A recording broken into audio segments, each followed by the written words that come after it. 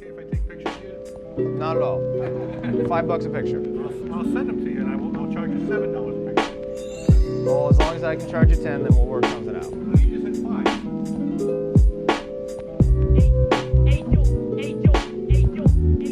All right. Thank you for having me. Thank you for the introduction, Chris. Happy to be here with you guys on this lovely, somewhat surprisingly chilly evening.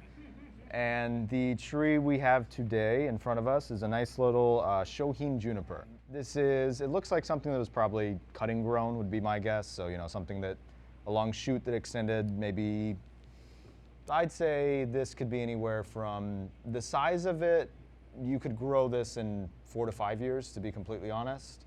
Looking at the deadwood, it looks quite aged, so I would say something like this is probably more like 8 to 10 years, just judging by that. But the size is completely attainable in the right climate in a good 4 to 5 years, I would say. So it's a nice little tree. I believe they were saying they thought it was Itogawa. I think it's actually Kishu. With some of the juniper varieties in Japan, they basically just name them basing that on the region that it was collected from. So Kishu, for example, comes from the southern Kishu area of Japan. Itogawa comes from the Itogawa Valley of Japan. And then there's many other types of leaf or variations that never really get talked about in the States that much. So this is one of those ones that kind of falls in between, but I'd say it looks more similar to like the Kishu variety, if you will. So the way I see it, more or less, we kind of have two main options for the front.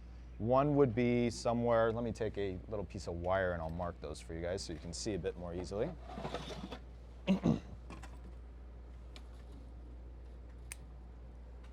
So I would say the main two options for the front is currently somewhere where I am looking at. I'm going to mark that with little copper wire. Backtrack a little bit.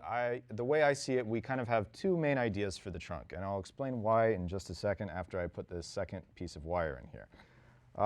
So one side being more or less where I have that copper wire, and I still leave that open as far as like usually I have kind of like a window of this view for the front. So not exactly where that pinpoint is yet, but more or less somewhere in that general area.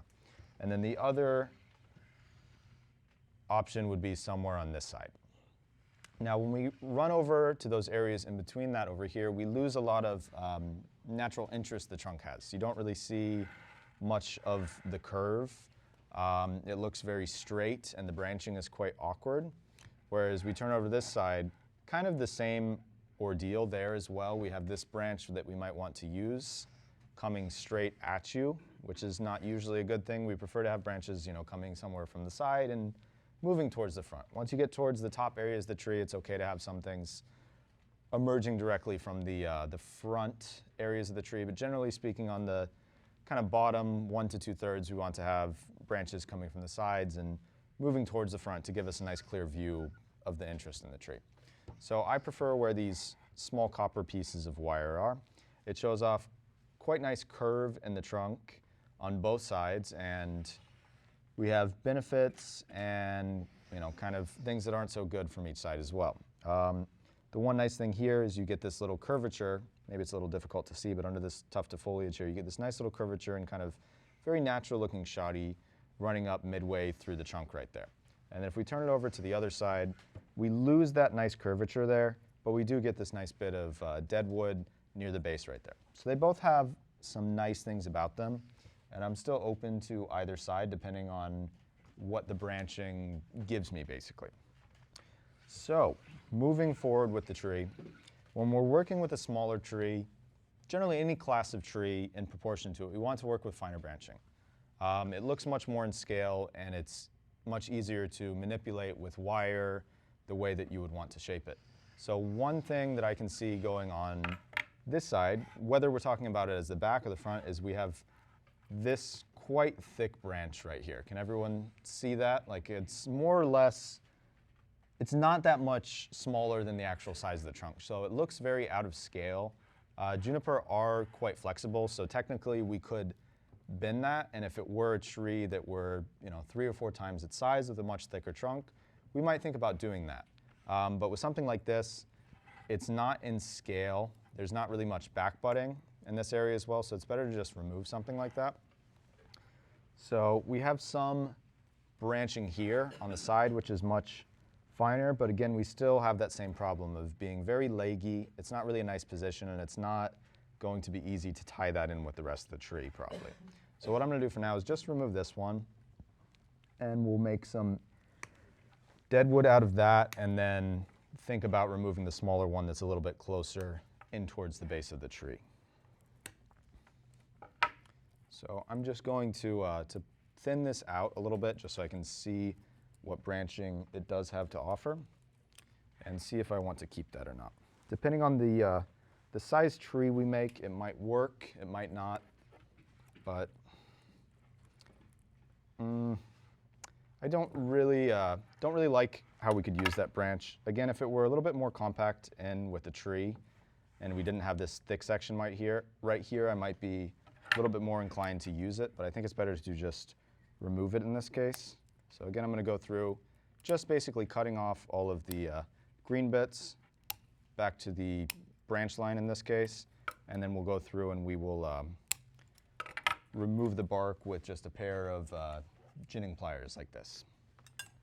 So again, since it is a smaller kind of quieter tree, I think it's better to shorten this deadwood a little bit more. So I'm going to cut this one back to here. And then what I usually like to do is take these concave cutters.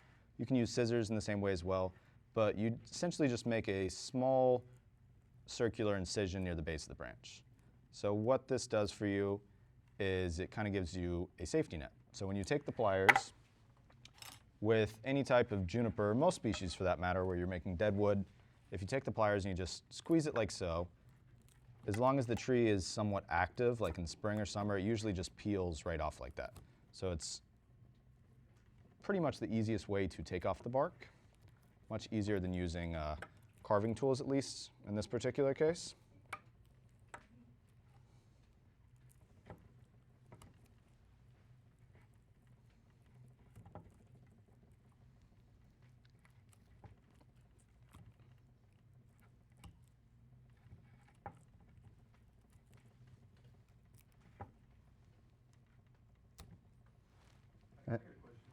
Please ask away. What is it? A sharp line where the cut was made, Mm-hmm. the bark just stops, and then you have a. How do you address that? So that's one of those things where usually I will leave a little bit of room for error, kind of, when I first make the cut, and then later down the road you can touch that up with various carving tools. The carving tool that I would usually prefer to use in that situation, I actually left in Japan. So I can't show you that, but I can show you the next best thing. Okay. So like something like this, okay, or the kind of pole type carving bits where it's a little bit narrow, okay, more narrow of a head, those are really good to just kind of work that down closer to the trunk. If it's something larger, usually I'll go ahead and do that right away. With something smaller, because there's just much less room for error as far as the size of the trunk, if something does die back a little bit, usually I'll leave, you can kind of see here, there's like a little bit of like a collar on that I kind of left just for safety, I guess you could say. Bigger tree, I would usually just work that down a little bit more closer to the trunk. What do you think of the conditions of the roots right now? The condition of the roots? Well, I guess we would have to take it out of the pot to answer that question. I guess that's no concern yet. I think, Jason, do you know when this was last repotted? I don't know, but I've had it for almost 2 years. I'd say whoever gets it could probably go ahead and repot it. That wouldn't be a bad thing to do. But not now, until next year. You could go ahead and repot this now. If it were another species, like let's say you have a black pine that is sending out rapid shoots, or you have like some sort of maple or leafy deciduous tree that's fully leafed out, that I would not repot at this time of year, but Shinpaku, you can get away with it still. As long as you're, let's say you take this down to half or a quarter of the root ball size it is now, it's probably not gonna like that. But let's say you're just lightly scratching the sides, the top and the bottom a little bit, moving it to a similar size pot or something just a hair bigger, then that would be perfectly fine to do. Shinpaku, like in Japan at least, it's kind of one of the few species that we repot almost year round. And you still have to respect the nuances of that time of year and how old the tree is, but for younger material like this, you could still get away with it right now. I would 100% say that would be safe to do. That makes you brave. Brave? Yeah. Experienced. I really think it would be safe to do. If it were like this, for example, I would say don't repot that this time of year, of course. I think your takeaway is he already told you, don't take all, you guys want to take all the roots off. You got to be, so you got to listen, like he's got the statement is there, like you can do it, but don't massacre it. You know, like that's this. But it's interesting, he said you could repot year round. With respect to the nuances of the tree and the season, I did preface with that. See, you guys got to listen. He said, and he also said Shimpaku's year round, not only other species. Only Shimpakus. For example, let's say you have that once in a century heat wave where it gets to 107 and Kaya told me to repot my Shimpaku in August. Probably not my fault in that case. Caveats to everything. Yeah, so simple. Not simple, but yeah. Would you have a best time of year to repot that? Spring. Well, I still think now is quite a good time for Shimpaku. They benefit from repotting now because since they are starting to get more active, they will rapidly put on new roots. So in Japan, I'd say we probably started at the beginning of March, more or less. Some places a little bit earlier if they have protection. Like when I say protection, I mean like a greenhouse or something of that over the winter. But it's really for something this size now is still perfectly fine to do. Okay, You so can repot it even though you're doing the work now. yeah, the work I'm doing is not entire. I'm not going to be doing all that much big bending, just kind of bringing a few branches down, making some small cuts. So again, I do want to preface that by saying if you're just kind of slip potting it and lightly teasing the roots, which it doesn't need to go in something half this size, so you shouldn't need to do much more than that. When is the most ideal time when you can do the most work? For Shimpaku? Yeah. Probably 2 weeks to a month before now, but when I say ideal, that's not really ideal, that's just when people start. So it's not like that is... I mean, when the tips start showing green? Uh, The tree tells you. Yeah, more or less, that's a good signal to look for. Once you start seeing the Japanese maple just make a little bit of movement is a good signal. So in Japan, we don't go by these calendars. We watch how the trees are growing, basically.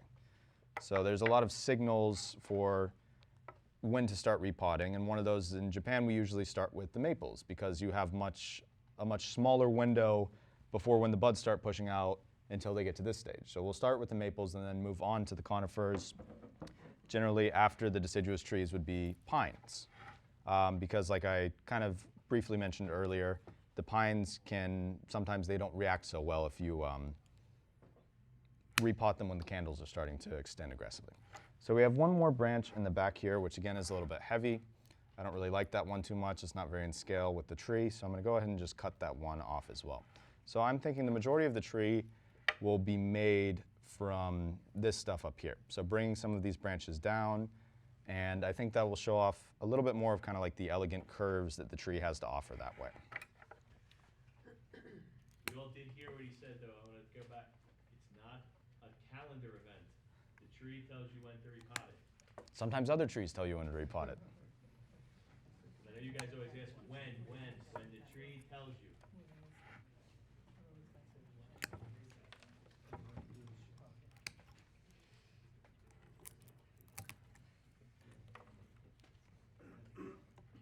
Did I get you right? You said looking at a maple deciduous tree at a certain time of the year might help signal something that you would do in a conifer? Correct, yes. Well, it's just a general sign that repotting is near, or it's here. That's what is meant by other trees.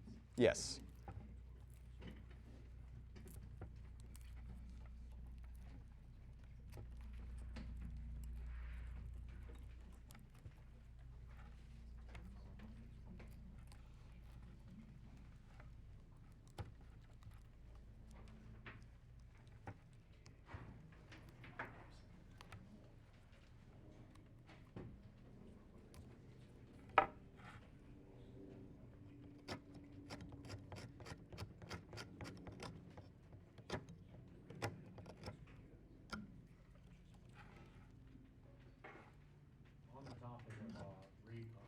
Sure. Hinoki cypress. Mm-hmm. I've read all sorts of things. I've seen all different forums where zone 7 here.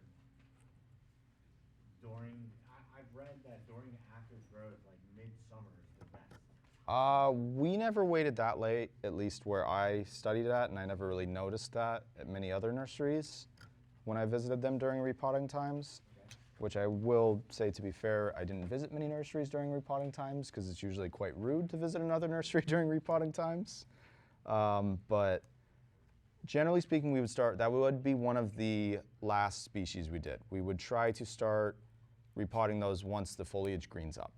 So those, in Japan at least, they go very, very dark brown, kind of bronze purple sort of color. Does that happen here, like in New York? Roughly, yeah. So when do they start to green up? They're starting to show color, They're starting to, show, yeah. like, So they're more or less like, the ones I've seen in the past couple weeks travel, they seem to be green, so I'd say now would be fine to repot those. Once you start to see them green up, it's usually a safe window. So that's a good thing to look for in a climate like New York, but I can't say the same about that for a climate like, for example, Georgia or Tennessee, because they just seem to stay kind of greenish year-round. But usually you want to look for that greening on the foliage, like on the exterior parts of the tree. And then as far as the root mass, because I actually up-potted it wider, Mm-hmm. because it was in a really thin or thinner nursery pot. Mm-hmm. But I up-potted it with, akadama, Mhm. a lot of pumice. Apparently, cypress, a lot of pumice. They do not. No? They like it moist. Okay. How they grow in nature, generally speaking, they grow very close to each other, and the tops of the tree shades the bottom of the forest. And as the hinoki fronds fall down, it usually just keeps the conditions very, very moist. So trees like, when you think about conifers, usually people will think of them as liking drier conditions, and that is true for many, but there are a few outliers. Like in Japan, the hinoki cypress, cryptomeria, and also the azo spruce, those we would often repot with the deciduous mix versus the conifer mix. So it's a little bit moister of a mix. What was that, sorry? Like 3-1-1, 3 parts akadama, 1 lava, 1 pumice. We, and a lot of nurseries do this, we just used Aoki, basically. The Aoki blend, I've never really seen it for sale over here in the States for some reason. We sell it. I didn't finish.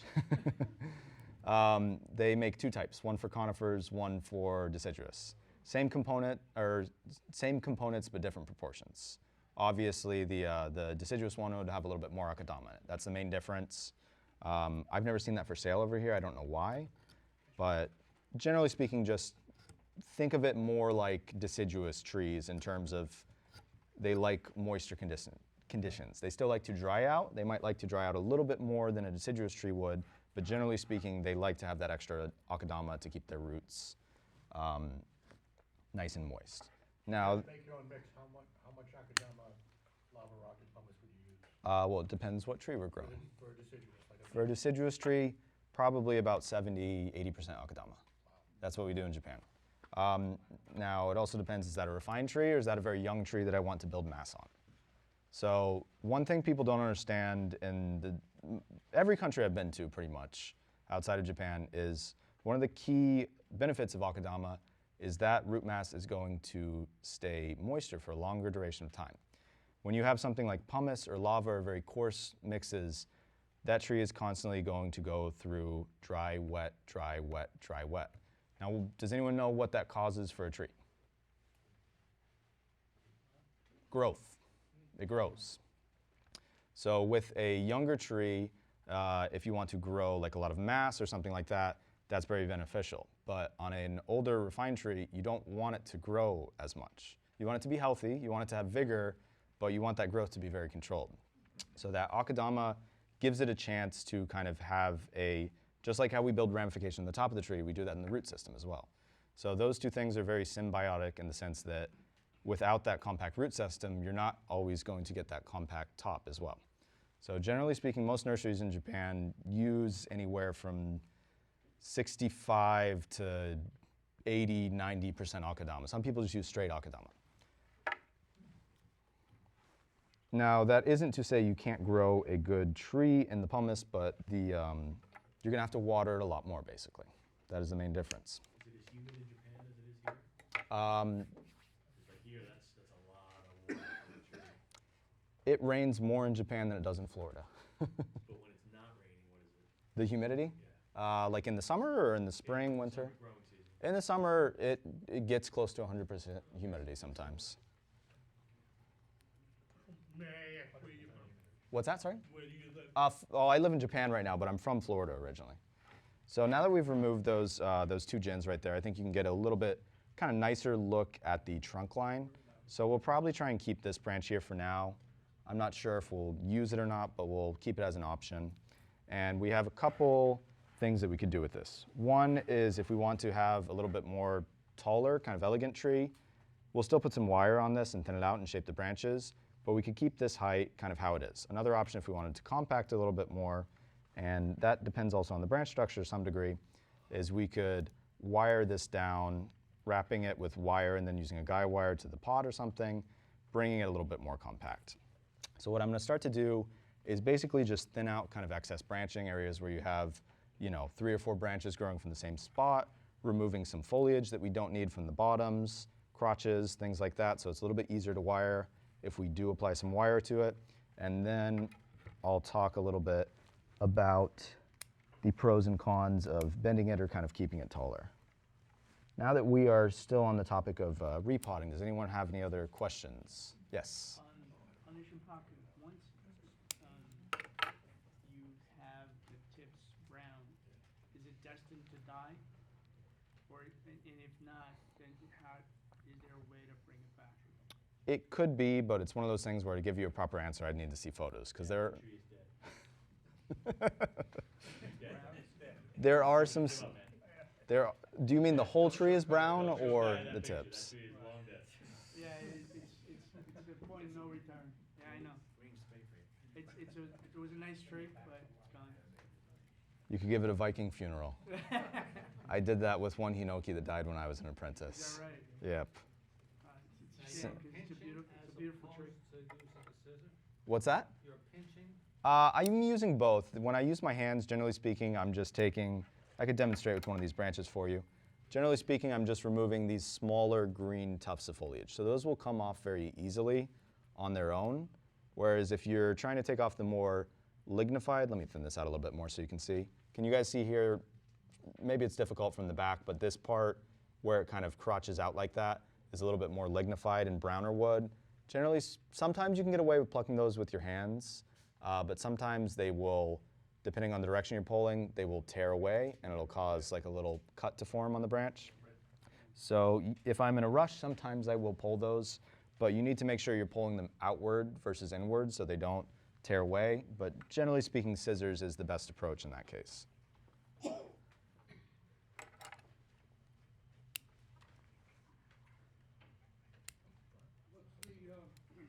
special treatment that cactus genus is different from juniper? Well, they're a different genus to start with. Other than that, the growth habit, they're completely different. Do you have any specific questions? I'd be happy to answer. I just dug a lot of custodata out Mhm. of the ground. And I had it in the ground for 2 years. Mm-hmm. Developed trunks. And I did it about last week. Mm-hmm. But what's the preference for soil with them? I would say they also like it a little bit more on the moist side, but not as much as the species I mentioned previously. So I think with those you could do, for example, a little bit more pumice or a little bit more akadama in the mix in comparison to like the hinoki.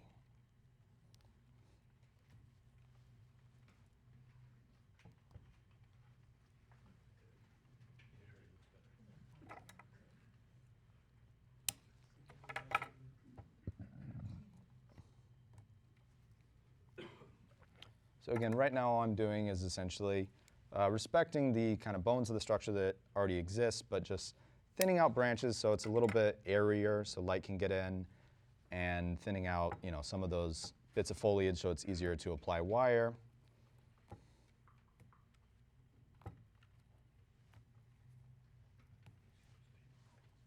take a branch, Shipaku's branch, and just put it in soil and will it grow roots? Depending on the size of it, yes, you can. Like I'd say, generally speaking, if you're going to do cuttings, try to get things that have long shoots on them.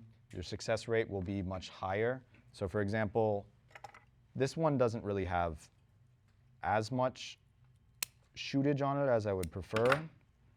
But for example, something like this, as opposed to something like this one is going to have much higher success rate because it has that active terminal shoot. So it's going to put on growth much more quickly. This is even kind of like a modest example. If you have something that has shoots like out to here, that would be even better. The thinner it is, as long as it's lignified, like hard woody tissue, the thinner it is, the more likely your success is going to be.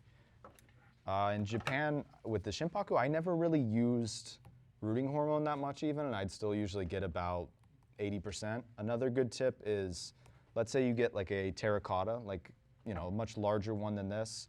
Fill that with whatever soil you're using, and then just kind of put them in the soil as close as possible together. So that kind of creates like a little bit of a humidity dome that way as well. So more of the moisture stays in that.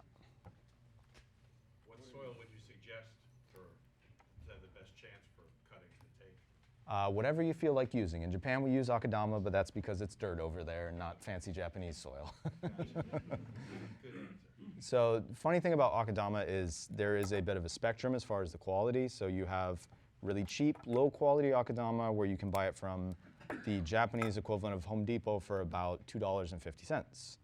And then you have much higher quality, bonsai specific akadama, which is generally speaking mined from lower regions of the earth. So that is why it's harder actually. The baking process is just to sterilize it. So maybe you've heard some people throw around that for marketing that it makes it harder, but it's usually just mined from lower regions of the earth. So that one is a little bit more expensive, but the very, very soft stuff that they just use it for growing vegetables and things of that sort, that can be attained quite cheaply. So I would use that kind of stuff for cuttings essentially.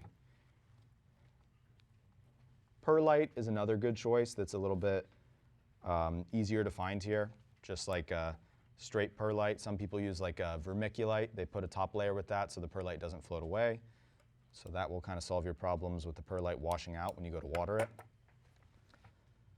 I've seen people use perlite and like coarse pine bark. I don't really like using pine bark when you have something that's a little bit nicer like this or any of these trees up here. But for the sake of cutting, sometimes, as long as you're going to transfer that to something else in the future, it's not really much of an issue. You were on topic of growth hormone. Is gel Like- better than powder or vice versa? My tongue-in-cheek advice for that is always just check whatever the pot guys are using because they're probably putting a lot more money into it than the bonsai people are. Clonex. That's what the weed growers use, Clonex. Do you know a weed grower, Jack? Do you know how to use Google? Of course. Then you can, I don't have good recommendations just because most of the products I use are from Japan. We have one called Repotting that's very popular in Japan. I don't know what the active chemical in that is. Is that a powder? Or? That one's a powder. It's much more common to find the powders in Japan, but I have a lot of clients that use the gels and they're quite happy with it. Like the Clonex one that Jason recommended, that would probably be a good place to start.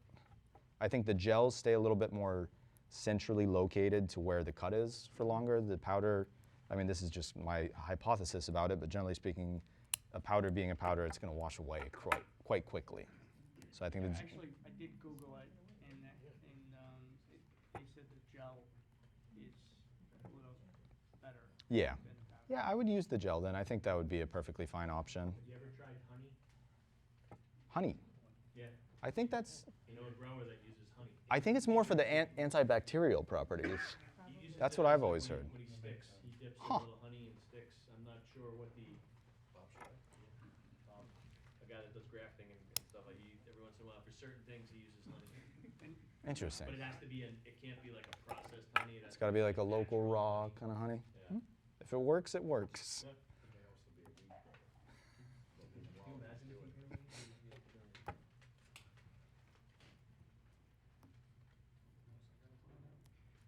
more aggressive bend on a Repot root, how much vigor do you want to see? And like, is that whips or is it just foliage mass? Or I would say, generally speaking, you'd like to see shoots off the tree growing, and it's not something, at least in the States, that I would do to material that you're not familiar with. And when I say that, I mean something that recently came into your garden. You don't know how the previous person was taking care of it, so always take that into account. You don't know if, like, maybe, for example, you get the tree and it appears healthy, but if you don't know the previous situation, maybe that tree just got healthy. Maybe it was very weak and infested with, you know, disease or spider mites or something like that for a full season, and this is the first time that it's sent off major growth. So always kind of try to take those things into account to some degree. it's definitely whips?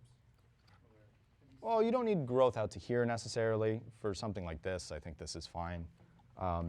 I know Jason's taking good care of these trees, so I'm not really worried. But I usually try to err a little bit more on the conservative side with those answers, just because.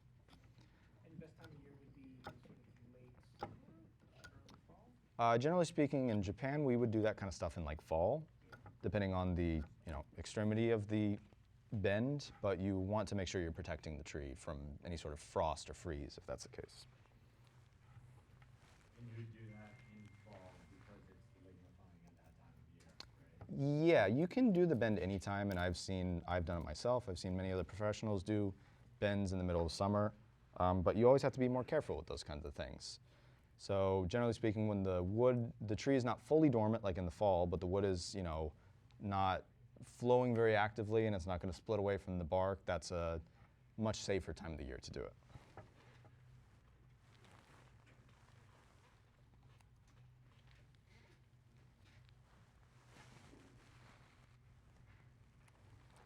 Okay, so here is the tree thinned out for you guys. So even just doing that small little, 5-10 minutes of work, it already starts to take on a much newer appearance that way. So we do have a few options for this, but just to show everyone how that looks, it's a very good principal work to do with the junipers this time of year in the fall, just kind of cleaning out the foliage to get airflow in and send the energy where you want it to be. So I'm just going to play around with the trunk a little bit and decide exactly what I would like to do with that.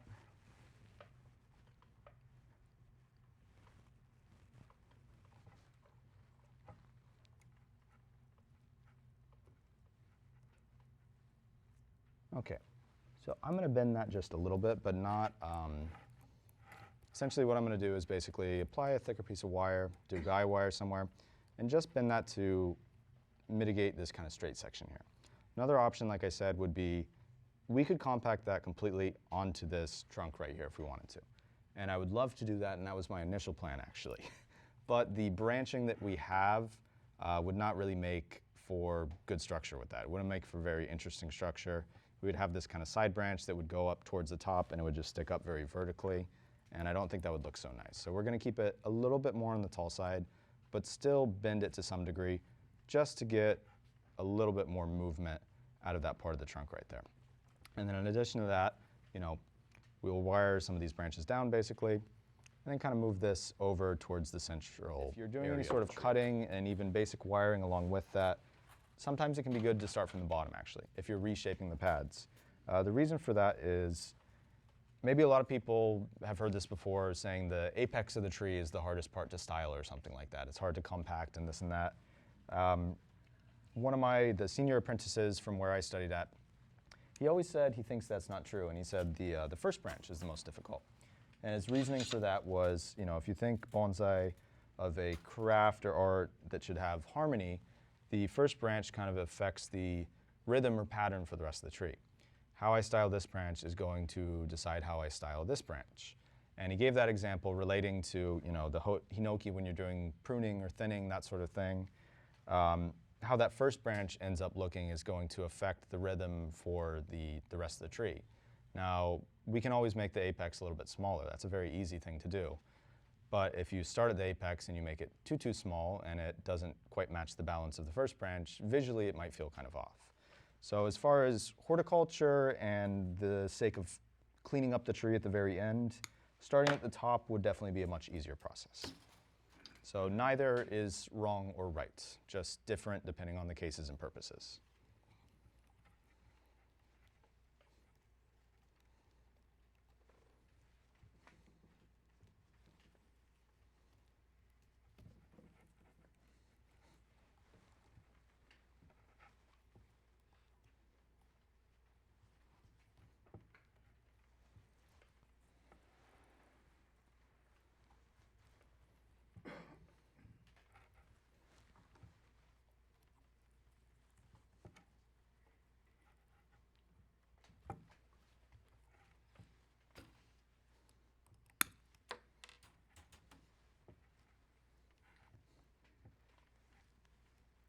When you were thinning out the tree, Mhm. what was your process in selecting what to keep, what to remove?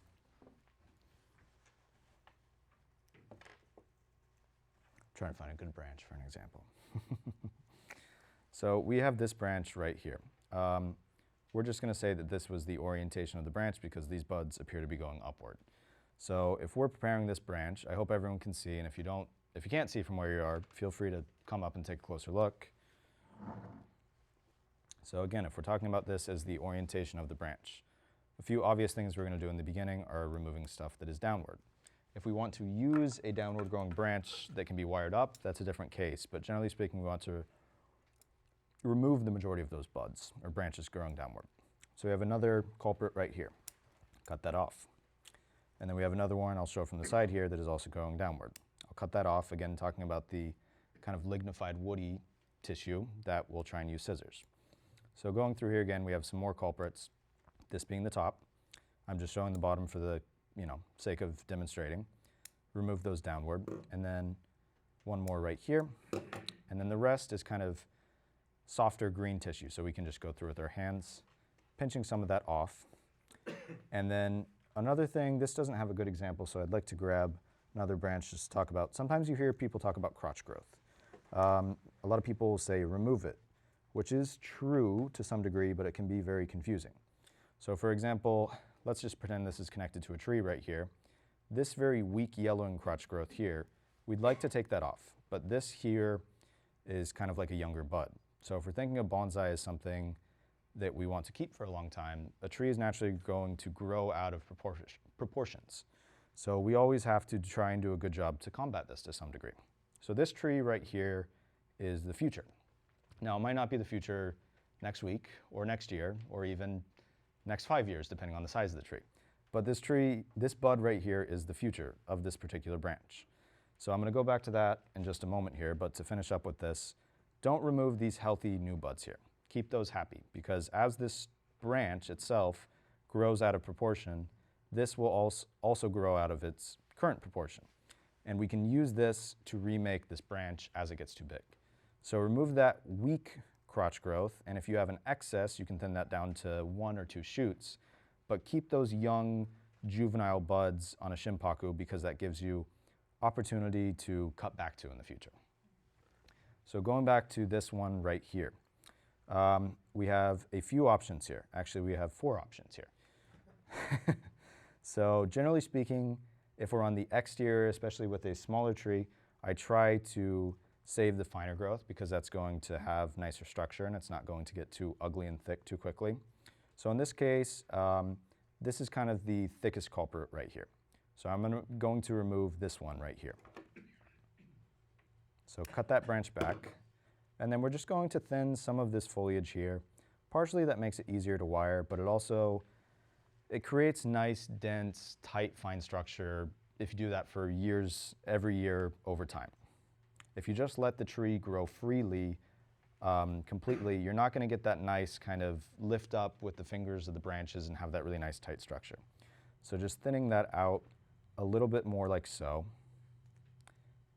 and that's kind of what we're left with there. So technically this is kind of like still a division of 3 to some degree, but it's not really something that's going to cause an issue. And again, talking about our, kind of having an insurance policy like with the previous example, this branch is much finer than this branch here. So maybe in the following year or 2, you could go and perhaps remove this and remake that pad with these branches. So in this case, this particular unique case, I'll keep those 3 branches like so. So that is kind of the process of cleanup for this particular example. This branch right here is a little quirky. It's a little strange, to be completely honest, but there's something I just kind of like about it, so I kept it for the time being. So whoever gets this tree, please keep it healthy, this branch especially. Spring care on Trident maples. This is a Trident maple, of course. And generally speaking, like in Japan, we will start defoliating these as early as now or even a couple weeks before now. So a lot of people think of this as kind of like a mid-June to July sort of activity, and depending on the development of the tree, that is true. But if you have something that is a little bit more refined and has a little bit more set structure on it, you want to start doing this defoliation quite early, and now would be a very good time for that. Now, the difference between the type of defoliation that I'm going to do on this and what you might see quite often in the States is, generally speaking, people will cut all the leaves off of the tree. So the hard part with that is it kind of whacks the balance of the tree off a bit.